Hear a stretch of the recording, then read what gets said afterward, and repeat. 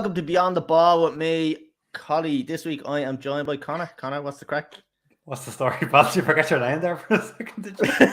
Joe, I was actually thinking I was going to say the other name of the podcast, like, but I didn't even twig it when I was just fucking drifting away. Series what? Series 66. Episode. Yeah, episode something. Right, Connor, we're not gonna waste time because no one wants to listen to me and you. We are joined by a former Inverness, former Hearts player, and a current player in the MLS for Atlanta United. We are joined by Jake Mulraney. Just fucking everybody's name up today. What's the crack, Jake? What's the story? What's happening, lads? Thanks for having us on. That's no worries. Jake, we're gonna just jump into something we always do because it's just we're a little bit boring. So we're gonna jump into a section called the question section where people from Instagram and stuff have sent in a few questions. So I'm gonna take you straight into that.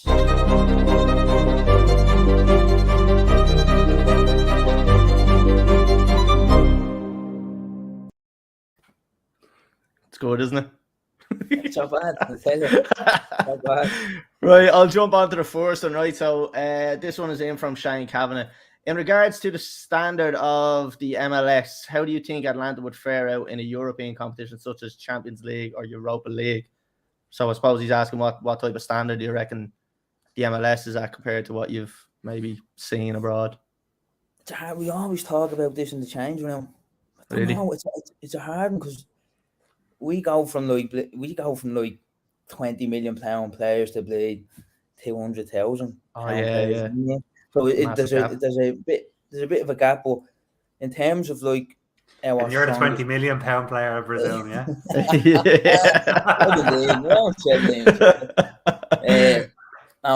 don't know. I think a lot of players we have players that have played in the Champions League before, but I think Atlanta, all in all, I don't know. I'd say we give it a good whack. Like just say, I suppose, like the likes of LA Galaxy, they're probably the most established, would they be the most established MLS team? They'd be probably the most recognised MLS team, I'd say, yeah. So who is the current champion of MLS? New York City. So just say we put New York City in. How do you reckon they're going? Like, there's probably not a massive difference between yourselves and New York. Like, you'd obviously give them a good game. So you'd probably consider the same level, like, would you? Yeah, I mean, in this league, it's mad. Everyone can beat everyone. You know what I mean? Like, there's 3 games in and no one's won all 3. Yeah. You know what I mean? Like that, yeah.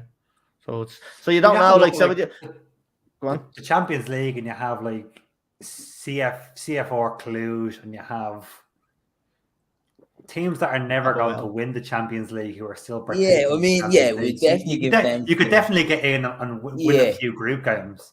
Yeah, I reckon we could, yeah. I reckon we could. Yeah, it's interesting because I always think it's really hard to compare the MLS to any other league. I just think it's like a whole different, like, it's just a whole different world over there. Like, it's everything about it is completely different. Like, but look, we'll move on. We'll move on to the next one. Connor, you want to move on? Yeah. So Dylan T43, have you seen much progression in the USA in terms of support for teams in the MLS? So since you've been there, have you seen any kind of growth for maybe Atlanta specifically or across different teams you played against? Yeah, the support that we get is unbelievable, boys. It's mad.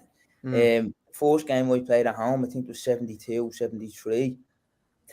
People? Is that all? That's a bit shit. 72. Get more at Fairhouse. Not really. Well, a new team's only had to come into the league, Charlotte. Yeah, they broke the record. I think they got 75 or something mad. Yeah, but the support throughout the league's mad. Yeah, some people just go to have a bills up and watch people kick a ball without having a clue. Don't we all?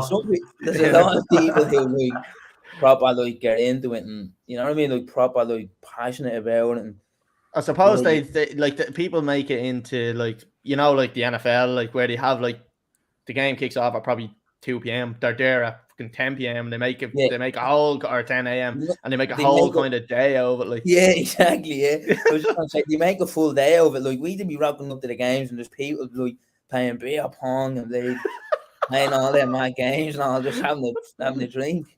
That's class. That is just a quick comment in there from Shank. I'm a Cincy fan, and yes, I know they're shy. Right, so look, we'll jump on to the next one. So Garty76, with the talk of all American sports teams being a franchise, do you notice any differences between playing there and previous clubs? So I suppose like the media side of things, maybe that's probably what he's referring to there. Like, yeah, the media side of it's mad. is It's it? mad. Like they after a game, like the media come into the change room now. Jesus. Like, so you be standing there with your bollocks In the nip, like. Like, I don't mind it yet, but you know when like everyone else is dressed, but he's there Yeah. standing. yeah, just proudly displaying. I don't mind it at all, but like when you've had a bad game, you lose a game, and people are sticking microphones on your face, and like, Yeah, you know what I mean. But it's, the media over here is major chill, yeah. It's mad, like, isn't it? Go on. To touch on the franchise question, I suppose, is there any kind of fear that the team could move somewhere else, or is there any kind of talk around like the owners could up sticks and go to St. Louis or somewhere like that instead? Like, is that a thing that's talked about, or is it just a case of Atlanta United are always going to be in Atlanta? No, well, as far as I know, yeah. I mean, all the like owners of the clubs normally have one or two other teams. Like our owner has, I think he has the Falcons, the football team, and they're both here. You know what I mean? So I don't think he's looking to shift us anytime soon. Yeah, he wouldn't be moving one team. He'd be moving two. Yeah, he'd be moving the whole lot. Yeah. But no, I don't think that's something that happens often. No. Right, we'll move on to the next one. Connor, this is your one, I believe. Yeah, I'll take this because it's LFC, 1985. Jake, what's your biggest achievement or the favorite thing you've accomplished in football? So I suppose there are two separate questions. So I will take the biggest thing you've achieved so far through football, and then probably your favorite thing afterwards. I've only won this little Iron Brew Cup at Inverness. That was probably the biggest cup I've ever won. But that's making no, that's not necessarily the biggest cup you've won, or like obviously you've got underage international caps as well. Yeah. Like that's a massive achievement for. Well, I would take them anyway, you know. Yeah. So that's not saying much. Yeah, but, something like that, or playing in front of, as you said, 70. Yeah, I was just going to say that. Yeah, probably playing in front of that kind of crowd. Yeah. Look, I've experienced like mad atmospheres before, like at Celtic Park and Ibrox and stuff like that. But I've never had it as like my own crowd. You know what I mean? Like the home crowd. Yeah. And now the Atlanta fans never stop. Like there's a section down the end that just non-stop, like mad. The noise of it, like you can't hear anything on the pitch. I'd say that would probably be the biggest one, yeah. And I suppose the other thing is your favorite thing. So what's one thing? Like I know obviously we were talking about just before that you came on obviously in I think it was the 83rd minute against Charlotte and scored the minute or a winner in the 96th minute. We won't talk about the one that hit the corner flag, but we won't talk about that one. But like something like that, is that like was that up there in one of your favorites or? Atletico Madrid just gone 1-0 up against United. Oh, love it. I thought they scored already. No, was that called off? It was disallowed. Yeah, sorry, Jake. Love it. Sorry, what were you saying there? the favorite thing.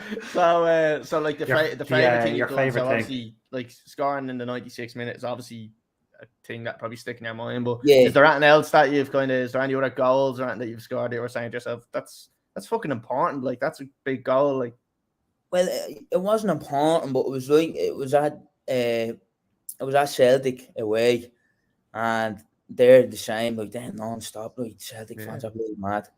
And I scored, and it's the quietest I've ever heard Parkhead ever. Like Celtic Park, I've never heard it like that quiet before in my life. Like you could hear our manager like talking from the other side of the pitch. You know what I mean? Like when a minute after we scored, the silence is golden there. Like, yeah, that was mad. Yeah, I remember that probably for the rest of my career. That's brilliant, that is. Right, we'll move on to the next one. There's only this one and then one more, so and then we'll move on to talking a bit about your career. So is this me? Yeah. Who was the funniest person you have met playing football and why? Funniest. There's a few. Jack Bones hilarious. Jack Bones very, very funny. Brad Guzan. Oh yeah. Come here. He came up with a question later on because I was looking through the squad yesterday and I saw his name and I was like, "What's he like as a person to like play with, to train with?" He's well, I think he's 37, but he goes on like he's 15. He's one of them. You know what I mean? But when he's on the pitch, though, like you listen to him. You know what I mean? Yeah. He's the biggest human being I've ever seen in my life. I wouldn't like a smack on him. Like when he's talking, like the boys listen. But then off the pitch, then he's got like here they don't really get like sarcastic banter and all. You know what I mean? Sometimes they have to kind of say, "I'm only messing." Like it's only a joke. But he gets it. Like he was in England for I don't know how long. He was in England for ages. So he gets that kind of banter. The English do kind of are similar enough, aren't they? They kind of get it. Like whereas the Americans they don't. You'd have to explain it a bit. Yeah. And is Brad like a prankster? Is he just take the piss out of people? Like he just takes the piss like non-stop. You know what I mean? Like. You can't walk past them without them giving you a stick. So, like after you hitting the corner flag, if you go into training this morning, oh yeah, they're going to have Guzan in your ear, giving you shit over it. I'm saying about 70% of the team mentioned it. So he was the one that gave it. Like I was injured for a while, and I left training early. Just because, like, you know yourself when you're injured, like, early and you get your stuff done and you go. And just haven't heard the end of it. I got fined 300 quid. I got fined. They do this wheel spin thing, yeah. So there's like different options on the wheel, and wherever you land on, you get that. So I got fined 300 quid. That, and then I just get it off Brad every bleeding day. What other options are we talking on the wheel here? What else is going on? So I got free, yeah. So I got away with it. I was buzzing off. Yeah, Brad was sick, yeah. So yeah, we got free, but you get stuff like you have to wash someone else's car or come in a Halloween costume or you have to like clean up the whole pitch. There's loads. There's a few. Or you get like there's like a 600 quid fine. The ones where you're dipping into your pocket aren't the nice ones, really, Eddie. Like you wouldn't mind rocking up in a in a sailor suit to play a game of ball. Someone 600 quid and it's different. That's on top of your fine as well. So like I would have had to pay nearly $1,000. And who runs the wheel? Is that like a skipper thing? Is that like a management thing? No, it's just between the boys. So on a Friday we do it before the game. So we'll get everyone into the change room. They'll spin the wheel wherever it lands on. You have to do. There's one way you have to dunk in the ice bath, like head, like the full dunk in the ice bath. So you have to share boys that feel it. You just have to basically be a gobshite for the day, you know. Deadly. That's class. And I suppose is it like I suppose back in you probably done it at the likes of Crumlin and stuff like that. I know I done it with Cherry Orton. Little fines, little fines for stupid stuff. If you come in with like dirty boots, you're paying 100 quid. Like, is there any of them going on? Like, is there any stupid little fines that you kind of have rolling, or is that kind of left out? No, there is fines. Yeah, so there's fines for like. There's like little sloppy ones where if you leave gear about or like going up to the cafeteria and in flip flops, like little stupid ones that you get caught with all the time, so you just forget. Yeah. There's no major ones. There's no not that I can think of. Anyway, there's no like big ones.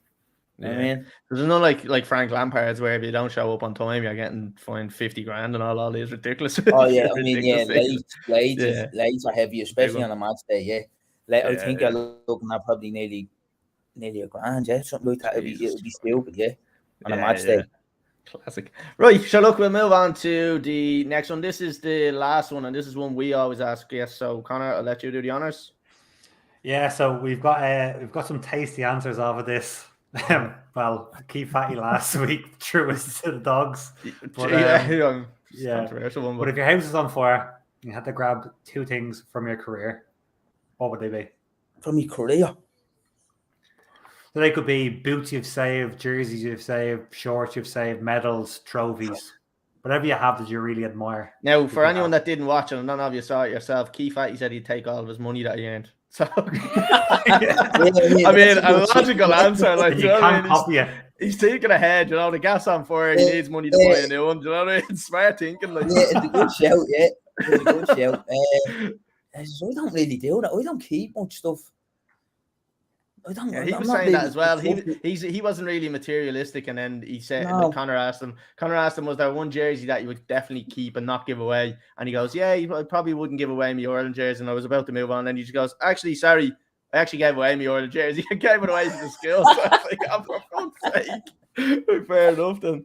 So what do you reckon? Would you be going more down the route with him then, taking your money and running, or would you? Yeah. I mean, yeah. I can't even think that I've had any jerseys. There's not many that I'd ask for, and I'd probably ask for Douglas Costa. Yeah. Well, yeah. What do you think he will? I was watching him play there against who would he play in Seattle on Saturday night, and Jesus, he's deadly, isn't he? He controls the game, like he's very good, like. He's very, very, very sharp, yeah. But yeah, so yeah, like you're taking. Just to jump in on that, is there like a race to these players in the MLS to try grab jerseys off them? Because obviously, we know obviously the way the wage structure works, where there's, as you said, there's a couple of those top players who have probably like had a career already. De La Villa and David Beckham, whoever else have been there before, like Douglas Costa. It's people who run to these players to be like, give me your jersey, or like, how does that fucking work out? Like, no, not that I've played. I'm trying to think now. I think one of the boys got Higuain's jersey. Oh, what a player! It was an extra large. Someone got his. Do you know who gets asked a lot? Our striker. Oh, he just got his 100th goal, didn't he, for the club? Yeah, he gets asked. The keeper asked for his jersey the other day. No, I'm trying to think. I'd say like the likes of like Matuidi and them boys, eh? Yeah. I haven't seen anyone like have a scrap brand over the jersey. Not yet. Yeah. Has anyone come to you and ask for your jersey? If you have, yeah. Ooh, any names? Any names? Just absolutely hanging someone there. Yeah, no, Douglas Costa asked for mine, but I said no. Look. Kaka came over and I said, will you ever fuck off? Just fucking leave me alone. Right, we'll jump off this. So, yeah, that was good. So, Jake, look, obviously we'll just talk a little bit about your career. So, we want to just get to know a bit about how you kind of came up playing football. So, obviously we were talking about it just before we came on, but you grew up in the kind of the Crumlin area, and I suppose that obviously led to you playing with Crumlin for a good while. What was your time at Crumlin like? I know obviously it was a long time ago when you were very young, but was that kind of the making of you at Crumlin? Would you say that was kind of where you developed the most as a player, or do you reckon it was kind of further on in your career? Yeah, I mean, I started out at Bosco and then went to Lourdes and then on to Crumlin. Like, our whole team shifted to Crumlin. But Crumlin would be, that would have been the strongest side we had. We won the All-Ireland. We were in the final, I think, 2 or 3 times, I think. But that's where it would have kicked on the most. That's where I started to get most of my trials was from that Crumlin team. Yeah, and what were you like with, like, as a child? Was it always kind of going out of the house, ball stuck to your hand, and you were constantly playing football, or was it something that like you were kind of not that serious about until you kind of recognized that you had a bit of talent about it, or was it kind of now you were always kind of fully focused on it? Like, yeah, it was always football. I was shy with boards when I was younger. Terrible. When you were So it was younger. always, Yeah, like when I was younger, like that. Yeah, it was always for football, really. Yeah, yeah. everywhere. And Football. I suppose, like, I always ask people, like, so from your Crumlin days, is there anyone that you kind of still keep in touch with, or anyone that has gone on that was in the same team that's playing abroad as well, or like, was it just yourself that kind of made it away? No, my best mate Dan Cleary plays for St Johnson. He was at Crumlin with me. He went to Liverpool, then he went to Birmingham, and then from there he went back to Dundalk and done well, and then got moved to the SPL. Yeah. So it would have been Dan Cleary. Another good friend of mine, Lee Hammond, not football now, but he's just at the fight in Bellator. Oh yeah, deadly, yeah. But I think us three were the only three to go on and have a career. Have a career, like, yeah. That's mad. So look, obviously, you're at Crumlin for a while. I suppose up till 2012 I have here, so that puts you at how old? Jesus, 8, is it? 18, maybe? I don't know. Anyway, I'm not good at maths, but what I'm trying to get to anyway is, how does that kind of, so obviously you moved across to England to play for Forest, as I suppose as a youth, was it? Again, I'm not good at maths, so I don't know. I haven't calculated that correctly, so I don't know what age you moved over. So how did you get that call, and how did that come about to go to Forest? So Crumlin had a connection with Forest. So me and a few of the boys went on trial. I think we must have been about 11, I'd say. A few of us went on trial, and then a few of us got called back. So I'd say there would have been about 6 or 7 that went on trial, and that 6 or 7 went down to probably 3 or 4, and then they just kept asking me to come back because I was too young at the time. I was only 12. So I just had to keep going back and forth. Had another couple of trials in between that, but I just knew I wanted to stay and sign for Forest. I wanted to. And you say there just you had other trials. Who else did you go to, or who else were you trialing with? Went on trial to Ipswich. Went on trial to Cardiff. It's all kind of decent teams anyway around that level. Yeah, they were all decent size. Yeah. But I was stuck on Forest early doors. Like, was that something that like you got from the vibe of the place, or was it a certain person that had said to you, look, this is the place for you? Was there someone that convinced you, or was it just your feeling around the club? No, it was just a feeling, like, because I was going back and forward, like, kind of started to go on with the boys, and I made pals quick enough, like, and I still speak to some of the boys down now. Yeah. But it was just a vibe we got off the place. I liked it, so I was kind of sitting on there. Fair enough. Conor, I'll pass it over to you there. Yeah, so my question to Jake is, looking at your career, we've seen a lot and we've talked to a lot of people who have gone across at a young age to not just England, but gone abroad, struggled, come back to the League of Ireland to try like regain form and go back across. I mean, that's not something that you did. So what mindset were you in while you were abroad, whether it be in England or Scotland or wherever you were, to keep yourself over there? Like, what was your thought process? What were you trying to achieve while you were a young player abroad? I never really thought about coming back. There was a mad spell after. It's a long story, like, but there was a mad spell after I got let go from Forest. I was out of football for a few months, and I was thinking, I'll just come back and play, go to Force or something. I went and trained with balls and stuff. That was ages ago, but I never really wanted to come home.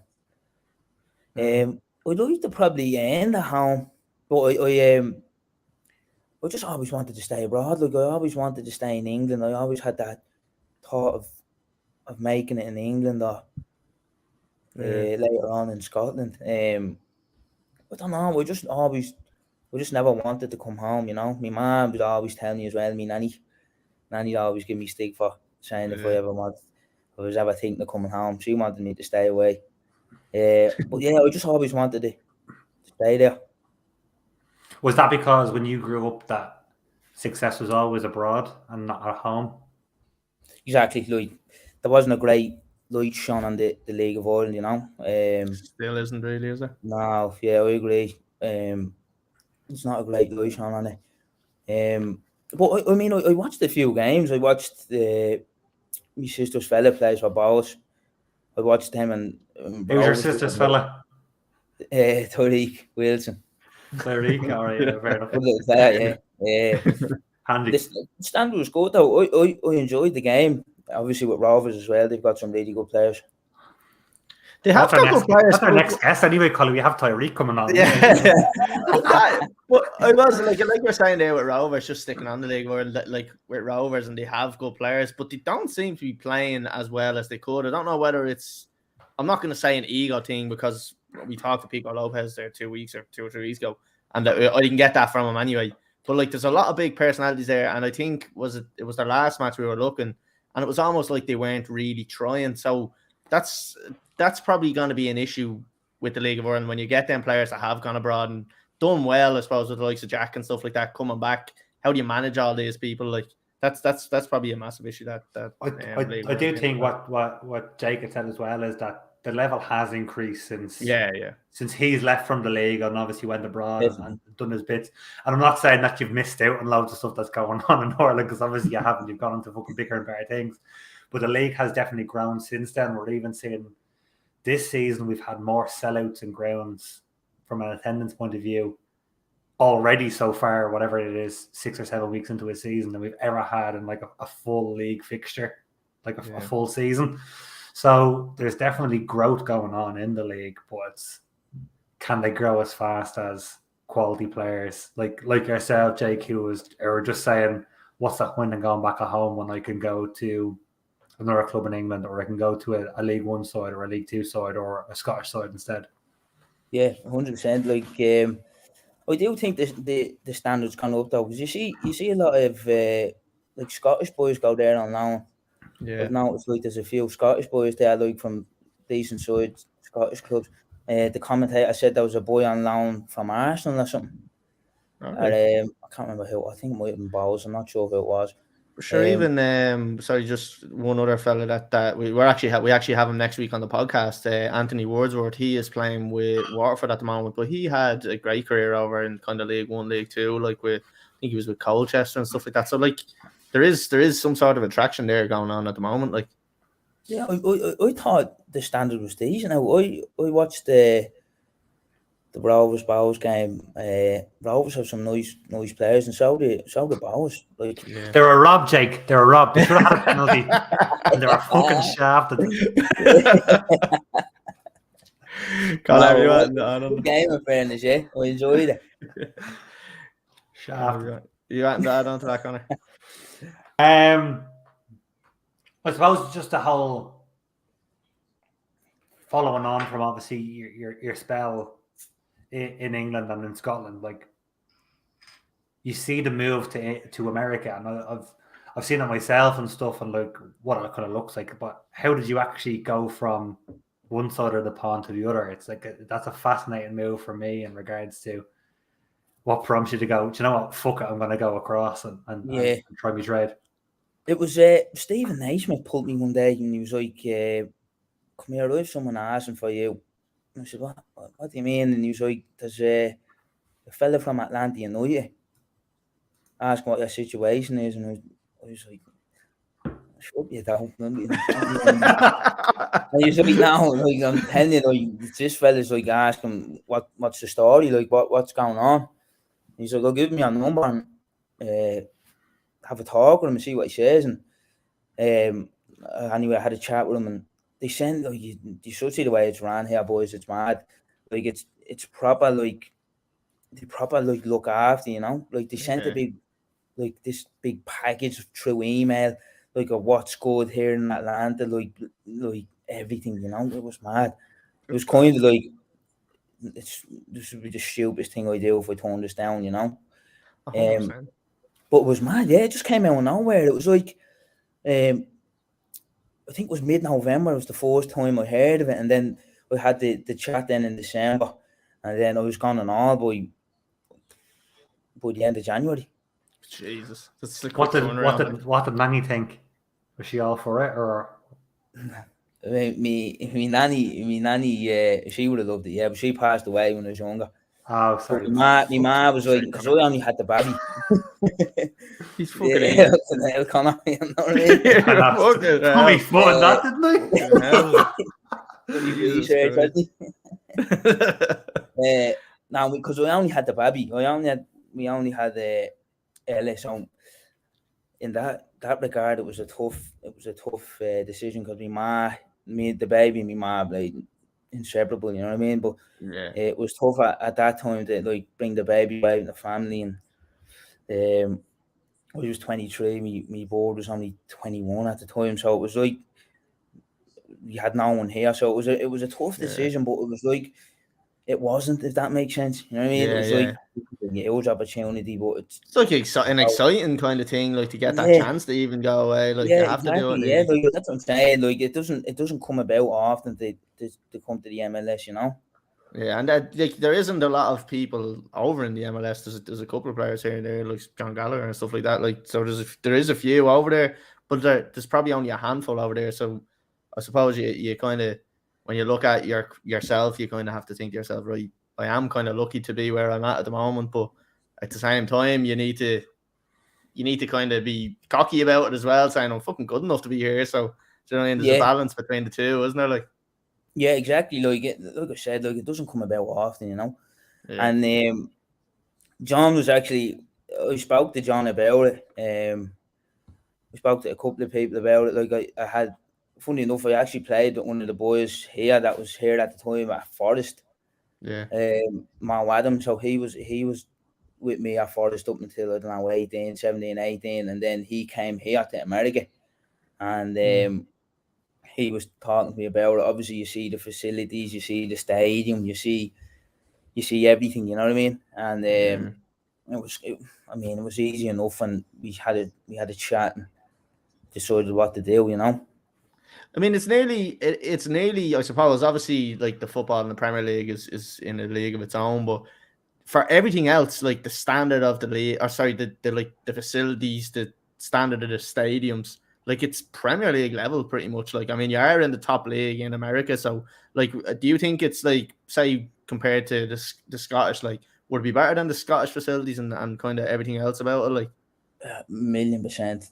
really, Even like the college boys, yeah, like so college, like American football, like the football, basketball, all that, like their facilities are top of the range. Like their facility, like the money over here is just stupid. Yeah. You know what I mean? So like they just, a new team comes into the league, and 5-6 months later they got a top of the range facility. Like, you know what I mean? Like it's the money over here is stupid. So like, and sorry, you know, you were saying you were talking to John a bit about it there. Like, would you be talking to any of the other Irish lads that kind of, would you have rang them, or would you have got in touch with them and seen what it was like or anything like that, or were you kind of just, now look, just go and have your own experience with it? Or was it just kind of John you were talking to? I spoke to Mo about it the most, I'd say, Yeah. Mo, he was around it. He was at Chicago, and then he came to Atlanta. And then there was another boy that we signed from Tottenham. So there was a couple of boys from around our neck of the woods that like spoke to me about it. And they all had good stuff to say, in fairness, yeah. And that's good, once you get here, though, it's like you get your own perspective of it. Yeah, like exactly. Yeah, have your own. You nearly let people ruin it for you by listening to like their experience of it if they haven't had a good one. So, do you know what I mean? Like, just listen to people say it. Like, the standard's something that's massively underrated. Like, I first came here, and there was like, I'd say there was about 4 or 5 boys that were over like 15 million quid. That are just like, you think 15 million nowadays, like that's not a lot, but like the standards, like the standard was stupid. Like, there's loads of boys from South America who no one has a clue about in Europe who are just unbelievable. And you know what?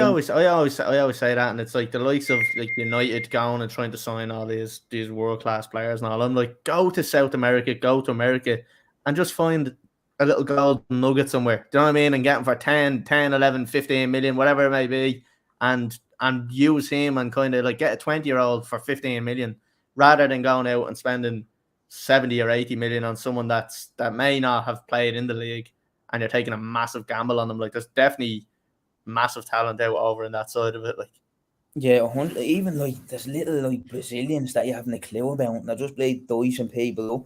Like there's a kid who plays for New York. I don't know his name. I can't remember his name. But they signed him from Brazil. I think he's like 18. He came to our gaff. He was at the bench, and he came on, and everyone was just like, "Who the fuck?" I can't remember what his name was, but he was class. Like, and someone was just like, just some kid he signed from Brazil. Yeah, so I think they said like, why, like you said, like, why don't people go down it's there? Mental. I think it's mental. Eggs Dublin came out and upended them. And like, honestly, though, like you should see it. Like it's like you think the kids that Brazil produce now, but loads of them just come here just for cash. You know what I mean? Like some just say, I don't care. I'll just come here and make a fortune. But they're more than good enough to play in the top 5 leagues in Europe. Yeah, you know? definitely. Yeah. Just a comment in there, just a quick one. Jay, I presume Shane now thinks you're best mates because he's calling you Jay. But were you at the club before Almiron left to go to Newcastle? No, I came. I think it was a year. That's year after. 2 years. Almiron. There. But they're the placement.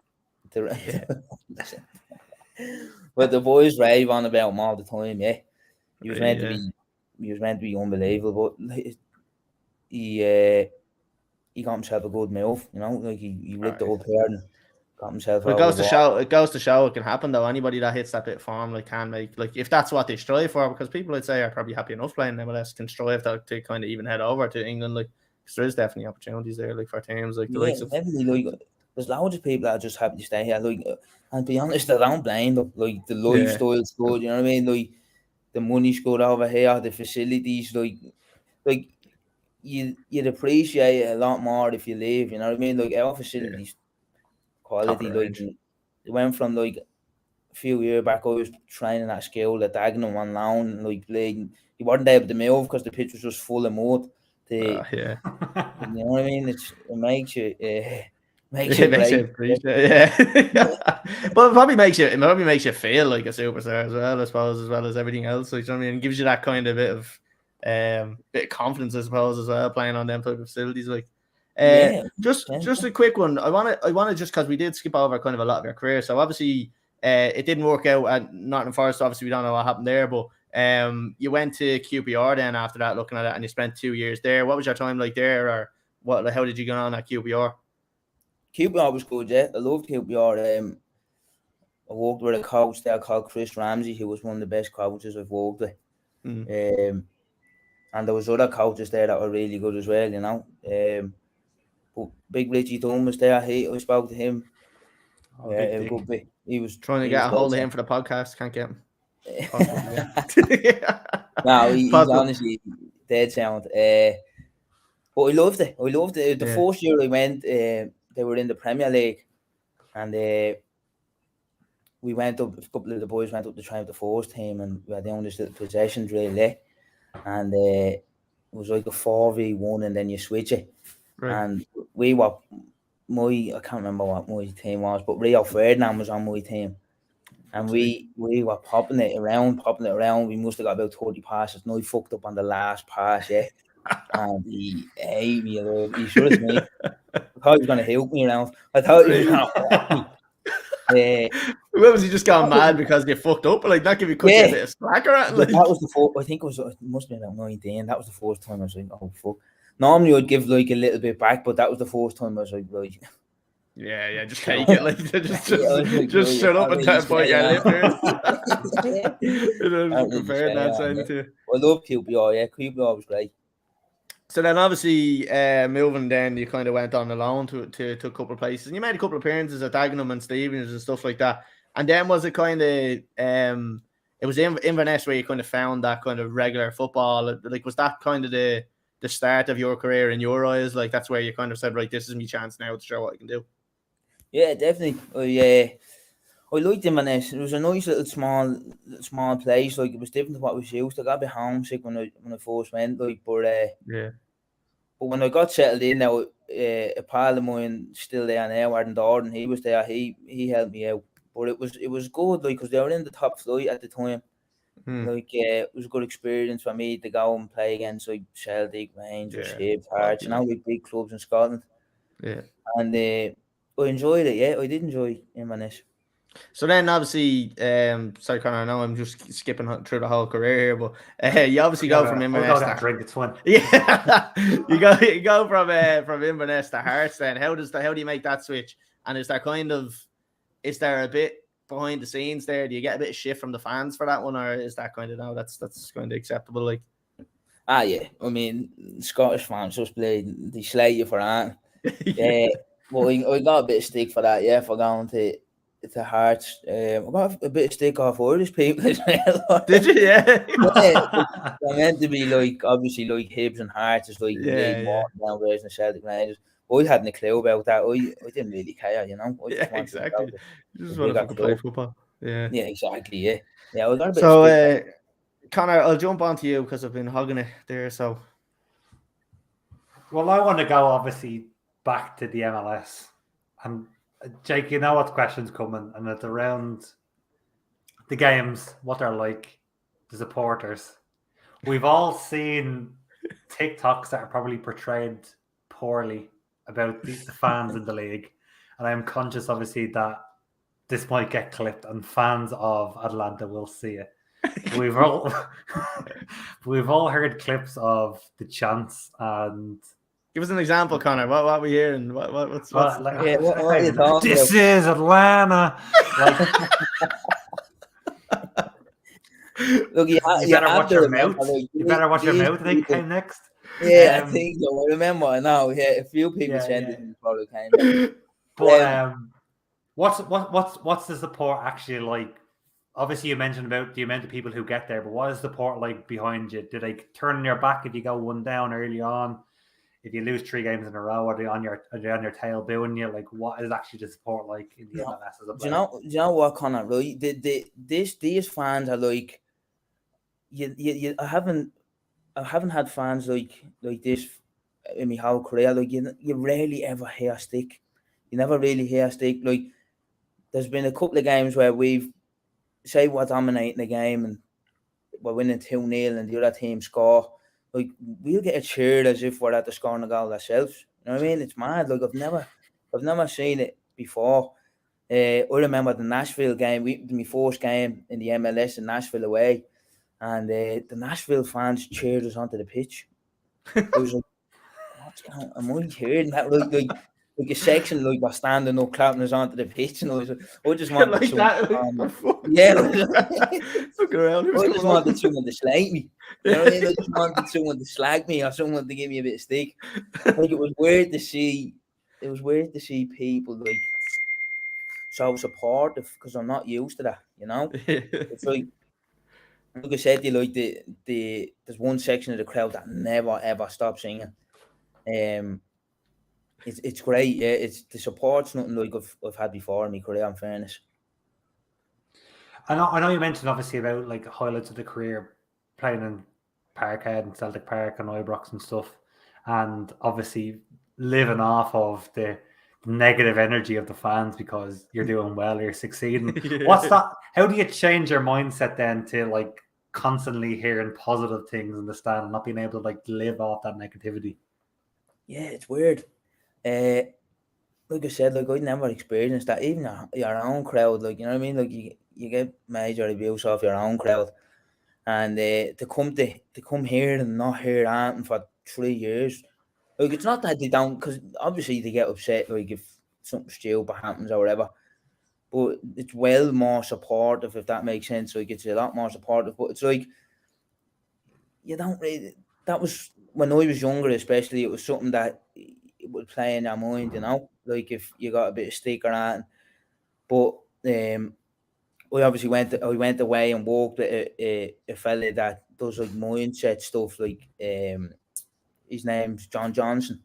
So I done a bit with him, and it helped me a lot. Like especially in Scotland. But here I didn't really need that. You know what I mean? I didn't. It's never anything that I've had to worry about. People, like, weird, isn't it? Like, it's like something you don't associate with football. Like, you know what I mean? You don't associate support, like good support. especially from the away fans. I can't deal with that though. I don't like that. Yeah. No. No, it's weird. Yeah, it's weird. But you get called like people say like, "You Mulraney, you suck," and I'm like, "What?" That's not abuse, you know what I mean? That's a compliment. Say, like, you suck. Like, I've been called worse in the lawns than I was. I got called. I think it was Chicago away. I got called a knucklehead. I didn't have a clue what that meant. So that's the kind of stick you're getting, you know. But I mean, if that's the worst you're getting, then you're sound. Yeah, exactly. You know? Yeah, Jesus Christ, compared to the other stuff. And the only other thing I had, and it's probably ignorance on my part, but obviously we saw like Portland Timbers and stuff, when they score a goal, they fucking cut a bit of fucking tree off and they carve it out for the goal score. Is there anything that Atlanta does when you score a goal or you win a game? Is there any kind of weird fan thing that happens in the background? Shoot someone. No, I've seen the Portland Timber one. Like, but the size of the log they get, what you It's huge. I know, it's massive. Like, it's absolutely. We were only talking about that the other day, yeah. But I mean, Americans, like, it's very like that, you know what I mean? It's very like they proper get into it. They proper like. There's loads of other stuff that goes around outside of the football, you know. But we have like, so the emblem for Atlanta is like a golden spike. So if you win a game, you have to go back to the end, like the support a bit and like hammer it in a nail. That's so it's like a little golden spike that you have to hammer into the thing. Now look at everyone. It's been going on for ages. So I don't mind it, you know. You have to just if you have to do it. If it's going on, if you think too much about it, like it'll eat you alive. Like you have to just go with it. Like, you know what I mean? Yeah, and look, you keep one of the. It's like a spike thing. Now it's solid gold. Like it's worth about 40 grand. Stick it into the pocket. No, I'm joking. It's not. It's just like a little thing that you have to nail in. It's only joking because he has four of them in his car. Yeah, you replaced them. That's our thing. Yeah. That is fucking deadly. That is. I have to admit. So I want to just I want to find out like a day in your life at the moment over in the MLS. What are you doing? So what time are you getting up at? What's your training schedule look like? And then what's your kind of routine for the day? Half three is doing poxy podcasts. Yeah. Podcast at half three. So normally I'd wake up around. If the baby's not up, I'll probably be up about 7:30. And then I'll be in training all by probably 8:15. Bit of physio, bit of grub, out to train and then back in, recovery, grub again. It's not normally the same every day, you know. Come back to the house. Me board be chilling me ear off about something. That's everyone. All right, go on. Yeah. We all get that. At least we can relate somehow. Oh yeah, it's the same most days.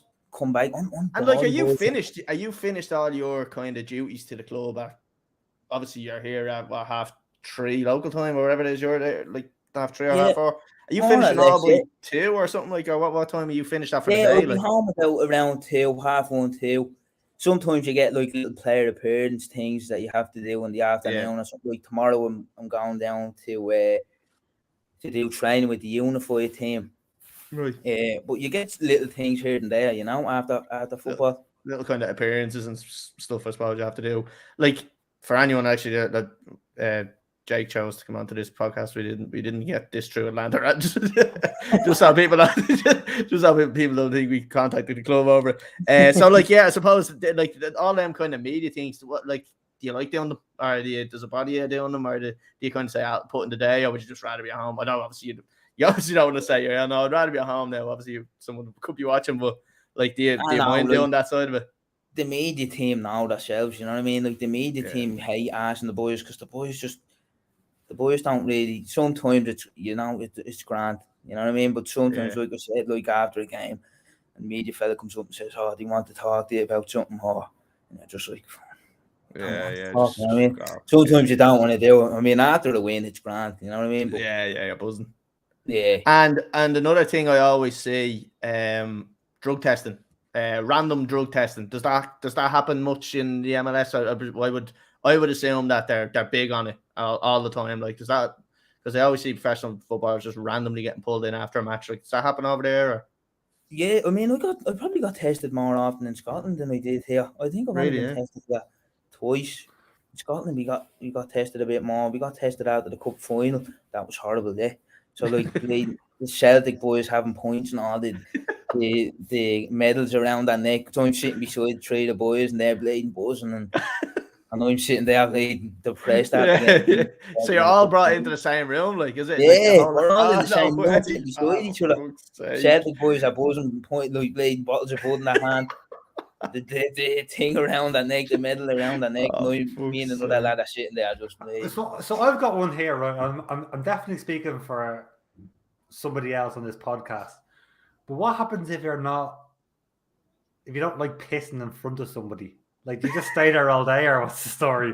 I'm definitely not speaking for somebody. He's talking for me because I can't piss in public. Like, I will. I'm gonna just tell a quick story because I remember me and Connor went out for New Year's, right, and I had to go to the Jacks. So I went into the Jacks, right, and I'm standing at the urinal. I had my flute in my hand, so I'm waiting to piss. Couldn't piss because there was about 3 people standing beside me. And then Connor walked in and he comes over and he's like, all right. And I'm just like, I don't even know why I'm standing here. I'm not going to be able to piss. So I walked back out and I knew a lad that was there. And I walked back into the Jacks about 2 minutes later. He just looked at me and goes, geez, you have a small bladder. And I was like, oh, yeah. I was like, I couldn't even piss. Like, I walked back in. I had to wait for the queue because I can't piss in public. So I'd be fucked if I had to do that. Like, yeah, because they literally stand in front of you and watch you piss. That's fucking... Literally, yeah, they stand... there's no privacy or that. Like, they're standing right in front of you looking at your flute piss. And if you don't, like, you just have to wait around hours. Like, there's boys that could be there till 6 o'clock at night. Jesus just have to wait. Christ. I couldn't imagine pissing in front of someone, but never mind, like, someone's literally standing there watching. Yeah. That's just mad it is. So another thing, obviously, we touched on a little bit before. I don't know, was it before we came on, or we might even talk about it on podcast. So obviously, being a dub over in America comes with its difficulties of having an Irish accent and nobody understanding the Irish accent. So tell us a little bit about what it's like trying to explain to people what it's like talking with a Dublin accent.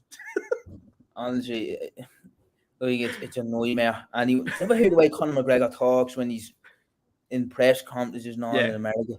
Like, that weird, like, it's very like slowed down voice. Yeah.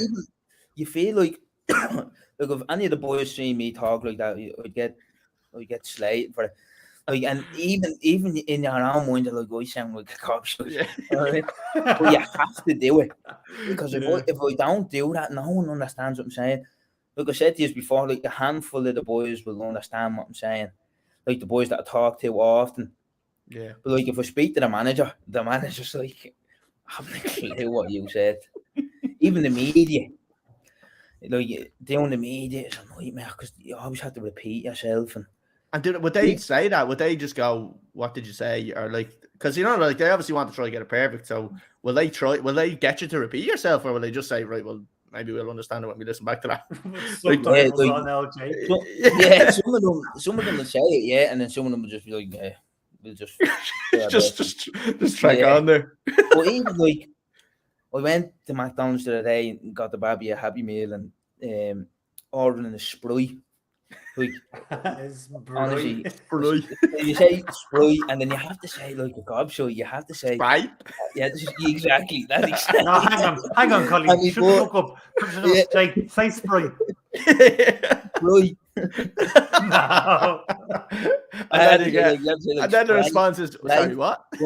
Me board's in the seat next to me, pissing myself laughing because I'm just like sounding like a dope. You know what I mean? Every time I go to America and ask them for salt, no one ever understands what I'm saying. They get some salt, like some what? Like what? Salt? Like, honestly, it's a nightmare. Go on. If you ask for chips, they bring you out crisps. Oh yeah. I mean, Disaster. like it's a nightmare, honestly. It's a nightmare. That's How hilarious. did you get on with calling it soccer instead of football? Oh yeah. Oh, do you know what I said the other day? I said cleats the other day. Oh, He said, You little disgusting. knacker, you. That's Oh. disgusting. disgusted with myself, yeah. Oh. And even one of the boys pulled me up on it. One of the boys even pulled me up. But the sounded so bad, you know what I mean? Oh, that's awful. I won't be able for it. So look, we're coming up towards the hour mark, so we're going to start wrapping up there in a sec. One thing I want to ask you, I just want to touch on is the Irish team, right? So obviously we've seen you've represented Ireland at kind of an underage level. You've been in the under 21 squad as well a couple of times. Like for you personally, now you're only 25 years of age, so you're still young. Like, is that something that you would look to achieve, or do you think that like it is definitely achievable, or do you think maybe not because you're playing in MLS and it's supposed maybe overlooked, I suppose, with the FAI? Yeah, I mean, you've got to believe in yourself. You know what I mean? I believe I believe I could give it a go back, yeah. But look, it's up to me to do it. You know, it's up to me to make enough noise that they come knocking and say, "Look, we want you to play for us." I've heard drips and drabs of them saying they're keeping the tabs and stuff like that. And then I had Jamaica on to me because my outfit obviously he's guys from Jamaica, so I've had. Would you consider that? Stuff. I mean, yeah. I mean, I'd love to play international football. Yeah. It's not something I'm completely focused on now. I'm more focused on getting back fit after a little knock and trying to get into the Atlanta team. But it's something that definitely floats about my mind now and again, yeah. Especially when the international breaks and I watch the Ireland games, and sometimes I think to myself, like, you'll probably be able to play in this game, you know. And it's funny because, like, I think with the way Ireland are now going in terms of what Stephen Kenny's trying to do in that attacking football, like, I have to admit, even just looking at your goal there on Sunday, like, it's something that we don't have, where someone just cuts inside, beats a player and gets a shot off. And I don't think we have a lot of that, like, you know what I mean? And that's definitely something that should be looked at. And I'm not just saying it because we have you on the podcast, but it's definitely something that it's a more direct type of attacking. you can just send me that €50 later.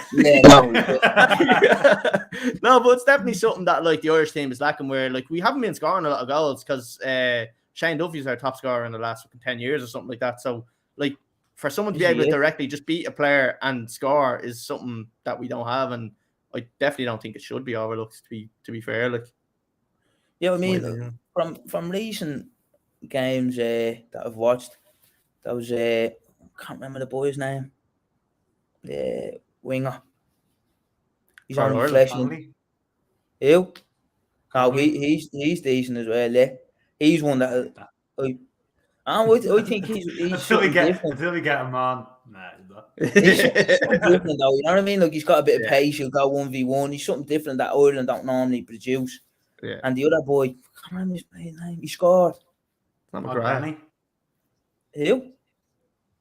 Well, Ogbenny played in the wing and McGrath played as well. What name did you say? Benny? Ogbenny. That's him. Ogbenny, yeah. Good player. He looked lively, yeah. He's something that he's with Rotherham at the moment, I think, isn't he? Is he? Rotherham? Don't talk up all these players that could potentially take their spot, you know. You have to say, well, he's good, but I said it there. You have to believe in yourself, you know. Yeah. Well, he's not bad, you know. You don't say he's good. He's not bad, like, you know. Right, well, here, look. He was good, yeah. I think we'll wrap it up. We're coming to the hour mark there, so we're gonna wrap it up. Jake, look, massive thanks for coming on. It's been a pleasure talking to you. Connor, thanks to you as well for showing up, half gargled. I'm not half. I'm fully. Yeah, 74% gargled. But no, honestly, Jake, look, massive thanks for coming on. We wish you all the best over in the MLS. we're going to be obviously keeping an eye on you, and Definitely. we hope you have a really good season with we're looking for tickets as well to the just give us a text on it, and flights over as well if possible. You know, get Atlanta to look after us. Pull a few strings, we'll stay in the gap as well. We'll be sorry, right? So now look, massive thanks from us for coming on, all right? Yeah, no worries, lad. Thanks for having us on. Right, so for everybody that is watching, if you're watching on YouTube, Facebook, Twitter, make sure you hit subscribe, make sure you like, follow, all that good shit, because it's I don't know, apparently that's good stuff to do. So next week we have on Anthony Wordsworth at 8:30 next Tuesday. So yeah, so look, we'll talk to everybody then.